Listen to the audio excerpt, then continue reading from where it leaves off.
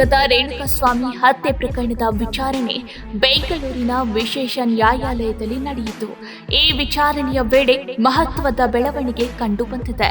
ಪ್ರಕರಣದಲ್ಲಿ ಹತ್ಯೆಗೆ ಬಲಿಯಾದ ರೇಣುಕಾಸ್ವಾಮಿಯವರ ತಾಯಿ ರತ್ನಪ್ರಭಾರನ್ನು ಪ್ರಾಸಿಕ್ಯೂಷನ್ ಪರ ಸಾಕ್ಷಿಯಾಗಿ ಕೋರ್ಟ್ ಮುಂದೆ ಹಾಜರುಪಡಿಸಲಾಗಿತ್ತು. ನ್ಯಾಯಾಧೀಶರ ಸಮಕ್ಷಮದಲ್ಲಿ ರತ್ನಪ್ರಭಾ ಅವರು ತಮ್ಮ ಹೇಳಿಕೆಗಳನ್ನು ದಾಖಲಿಸಿದ್ರು. ಈ ವೇಳೆ ಆರೋಪಿಗಳ ಪರವಾಗಿ ವಾದಿಸುತ್ತಿರುವ ಹಿರಿಯ ವಕೀಲರಾದ ಬಾಲನ್ ಮತ್ತು ಸಿವಿ ನಾಗೇಶ್ ಅವರು ರತ್ನಪ್ರಭಾ ಅವರ ಹೇಳಿಕೆಗಳಿಗೆ ಕ್ರಾಸ್ ಎಕ್ಸಾಮಿನೇಷನ್ ನಡೆಸಿದ್ರು. ರತ್ನಪ್ರಭಾ ಅವರು ಜಡ್ಜ್ ಎದುರು ಹೇಳಿಕೆ ನೀಡಿದ್ರು.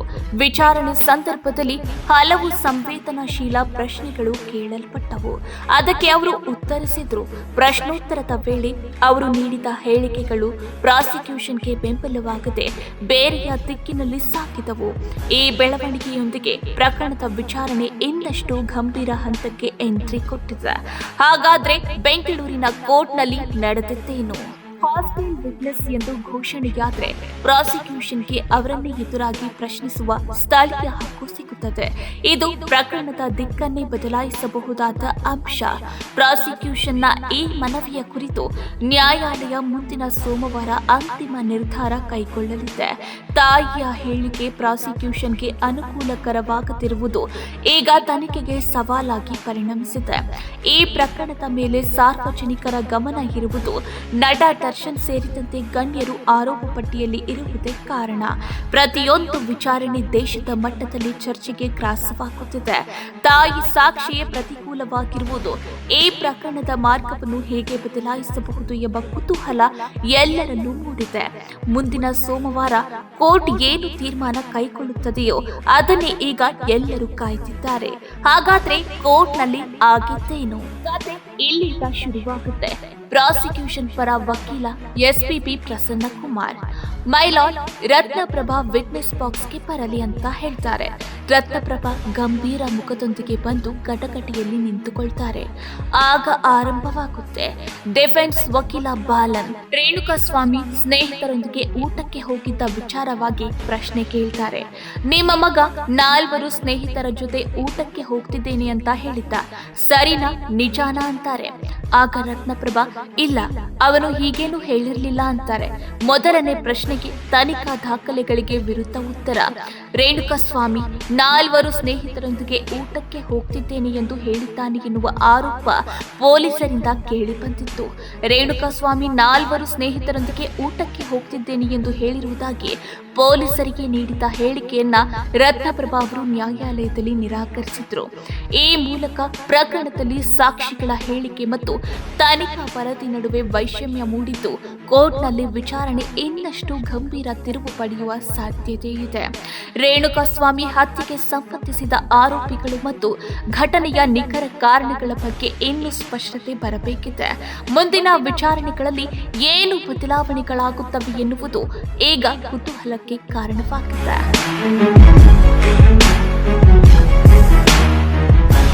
ಈ ವೇಳೆ ರೇಣುಕಾಸ್ವಾಮಿ ಸಾವಿಗೀಡಾದ ದಿನ ಸಂಜೆ 7 ಗಂಟೆಗೆ ಮಗ ಕರೆ ಮಾಡಿದ್ದಾನೆ ಎಂಬ ವಿಚಾರವಾಗಿ ಕೋರ್ಟ್ ಪ್ರಶ್ನೆ ಮಾಡಿದಾಗ ತಮಗೆ ಆ ದಿನ ಯಾವುದೇ ಕರೆ ಬಂದಿರಲಿಲ್ಲವೆಂದು ಅವರು ಸ್ಪಷ್ಟವಾಗಿ ಹೇಳಿದ್ದಾರೆ. ಪೊಲೀಸರ ತನಿಖಾ ವರದಿಯಲ್ಲಿ ಉಲ್ಲೇಖವಾಗಿದ್ದ ಕೊನೆಯ ಫೋನ್ ಕಾಲ್ ಕುರಿತ ಮಹತ್ವದ ಅಂಶವನ್ನೇ ರತ್ನಪ್ರಭಾ ನಿರಾಕರಿಸಿರುವುದು ಪ್ರಕರಣದ ತನಿಖಾ ದಾರಿ ಕುರಿತು ಹೊಸ ಚರ್ಚೆಗೆ ತುತ್ತಾಗಿದೆ. ಮಗನ ಸಾವಿನ ದಿನ ಏನಾಯಿತು? ಕೊನೆಯ ಕ್ಷಣಗಳಲ್ಲಿ ಅವರೊಂದಿಗೆ ಯಾರು ಸಂಪರ್ಕದಲ್ಲಿದ್ರು?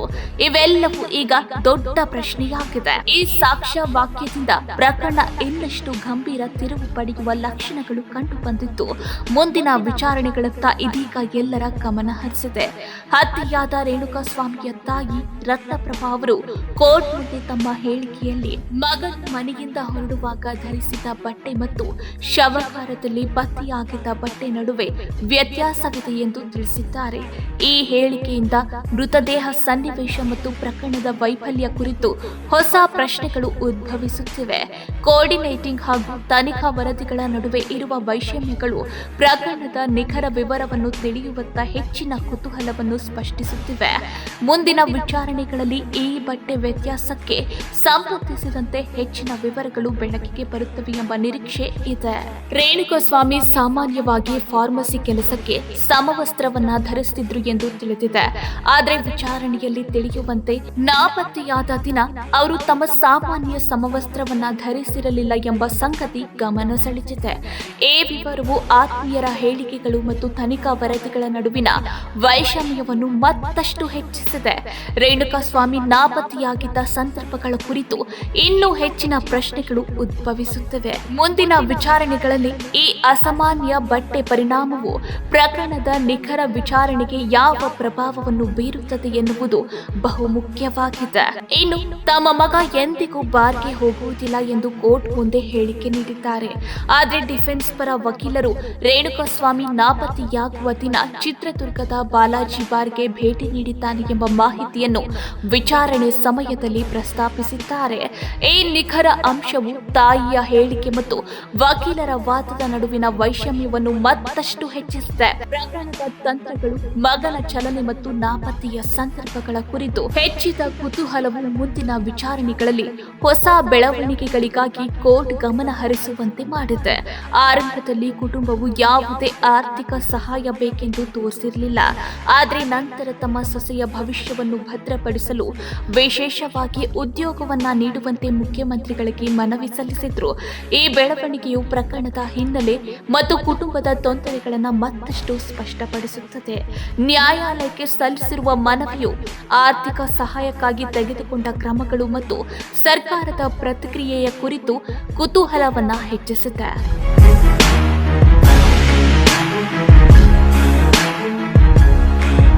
ತಮ್ಮ ಮಗನ ಮೇಲೆ ಹಳೆಯ ಕ್ರಿಮಿನಲ್ ಪ್ರಕರಣಗಳು ಅಥವಾ ಬಜರಂಗ ದಳದ ಕಾರ್ಯಕರ್ತರೊಂದಿಗೆ ಯಾವುದೇ ಸಂಪರ್ಕವಿದ್ದ ಬಗ್ಗೆ ತಮಗೆ ಯಾವುದೇ ಅರಿವು ಇಲ್ಲ ಎಂದು ಕೋರ್ಟ್ ಮುಂದೆ ಸ್ಪಷ್ಟಪಡಿಸಿದ್ದಾರೆ.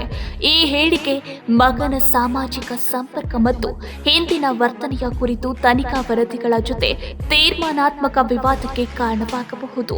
ಪ್ರಕರಣದ ನಿಖರ ಹಾಗೂ ಬಲಹೀನತೆಯ ಪ್ರಭಾವವನ್ನು ತಿಳಿಯಲು ಮುಂದಿನ ವಿಚಾರಣೆಗಳು ಬಹುಮುಖ್ಯವಾಗಿವೆ. ನ್ಯಾಯಾಲಯದಲ್ಲಿ ಮುಂದಿನ ಹಂತಗಳಲ್ಲಿ ಈ ವಿಚಾರದಲ್ಲಿ ಹೆಚ್ಚಿನ ವಿವರಗಳು ಬೆಳಕಿಗೆ ಬರುವ ನಿರೀಕ್ಷೆ ಇದೆ. ನ್ಯಾಯಾಂಗ ಪ್ರಕ್ರಿಯೆಯಲ್ಲಿ ಕೆಲವೊಮ್ಮೆ ಪ್ರತಿಕೂಲ ಸಾಕ್ಷಿ ಅಥವಾ ಹಾಸ್ಟೈಲ್ ವಿಟ್ನೆಸ್ ಎಂಬ ಸನ್ನಿವೇಶ ಎದುರಿಸಬಹುದು. ಸಾಕ್ಷಿ ತಮ್ಮ ಹೇಳಿಕೆ ನೀಡುವ ವೇಳೆ ಅವರನ್ನು ಕರೆದ ವಕೀಲರಿಗೆ ವಿರುದ್ಧವಾಗಿ ಅಥವಾ ಅವರ ಕ್ಲೈಂಟ್ಗೆ ಹಾನಿಯಾಗುವಂತೆ ಸಾಕ್ಷಿ ನೀಡಿದರೆ ನ್ಯಾಯಾಧೀಶರು ಅವರನ್ನು ಹಾಸ್ಟೈಲ್ ವಿಟ್ನೆಸ್ ಎಂದು ಘೋಷಿಸುತ್ತಾರೆ. ಇದೇ ಸಂದರ್ಭದಲ್ಲಿ ವಿಚಾರಣಾ ಪ್ರಕ್ರಿಯೆಯಲ್ಲಿ ಕೆಲವು ವಿಶೇಷ ನಿಯಮಗಳು ಅನ್ವಯಿಸುತ್ತವೆ. ಒಂದು ಪ್ರಮುಖ ನಿಯಮವೆಂದರೆ ಪ್ರತಿಕೂಲ ಸಾಕ್ಷಿಗೆ ಲೀಡಿಂಗ್ ಕ್ವೆಷನ್ಸ್ ಕೇಳಲು ವಕೀಲರಿಗೆ ಅವಕಾಶ ನೀಡಲಾಗುತ್ತದೆ. ಉದಾಹರಣೆಗೆ, ನೀವು ಆ ವ್ಯಕ್ತಿಯನ್ನು ಅಲ್ಲಿ ನೋಡಿದ್ದೀರಿ ಸರಿ, ಅಥವಾ ನೀವು ಆ ಘಟನೆಯನ್ನು ಆ ದಿನ ಕಂಡಿದ್ದೀರಾ ಎಂಬಂತೆ ಉತ್ತರವನ್ನು ಸೂಚಿಸುವ ಪ್ರಶ್ನೆಗಳು ಇದರಲ್ಲಿ ಸೇರಿವೆ. ಸಾಮಾನ್ಯವಾಗಿ ಈ ರೀತಿಯ ಪ್ರಶ್ನೆಗಳು ಕ್ರಾಸ್ ಎಕ್ಸಾಮಿನೇಷನ್ ವೇಳೆ ಅನುವಾದಿಸಲ್ಪಡುತ್ತಿಲ್ಲ. ಆದರೆ ಹಾಸ್ಟೈಲ್ ವಿಟ್ನೆಸ್ ಸಂದರ್ಭದಲ್ಲಿ ಇದು ನಿರ್ಬಂಧವಿಲ್ಲ. ಈ ವ್ಯವಸ್ಥೆಯ ನ್ಯಾಯಾಂಗಕ್ಕೆ ಸಾಕ್ಷಿಯಿಂದ ನಿಖರ ಮಾಹಿತಿ ಪಡೆಯಲು ನೆರವಾಗುತ್ತದೆ. ಪ್ರತಿಕೂಲ ಸಾಕ್ಷಿಯು ತಮ್ಮ ಹೇಳಿಕೆಯಲ್ಲಿ ತಿರಸ್ಕಾರಾತ್ಮಕ ಅಥವಾ ವಿರುದ್ಧವಾದ ನೋಟವನ್ನು ತೋರಿದಾಗ ಲೀಡಿಂಗ್ ಕ್ವೆಷನ್ಸ್ ಮೂಲಕ ವಕೀಲರು ತಕ್ಷಣ ಪ್ರಾಮಾಣಿಕ ಉತ್ತರವನ್ನ ಪಡೆಯಬಹುದು. ಹೆಚ್ಚಾಗಿ ಹಾಸ್ಟೈಲ್ ವಿಟ್ನೆಸ್ ಪ್ರಕ್ರಿಯೆಯು ವಿಚಾರಣೆಯ ದಾರಿಯನ್ನ ತಿರುಗಿಸಬಹುದು, ಸತ್ಯಾನುಸಂಧಾನಕ್ಕೆ ಹೊಸ ಬೆಳಕು ಹೊತ್ತು ತರಬಹುದು. ನ್ಯಾಯಾಲಯದಲ್ಲಿ ಯಾವುದೇ ಸಾಕ್ಷಿ ತೀವ್ರವಾಗಿ ತಪಾಸಣೆಗೆ ಒಳಪಡಿಸಲು ಈ ನಿಯಮಗಳು ಮಹತ್ವಪೂರ್ಣವಾಗಿವೆ.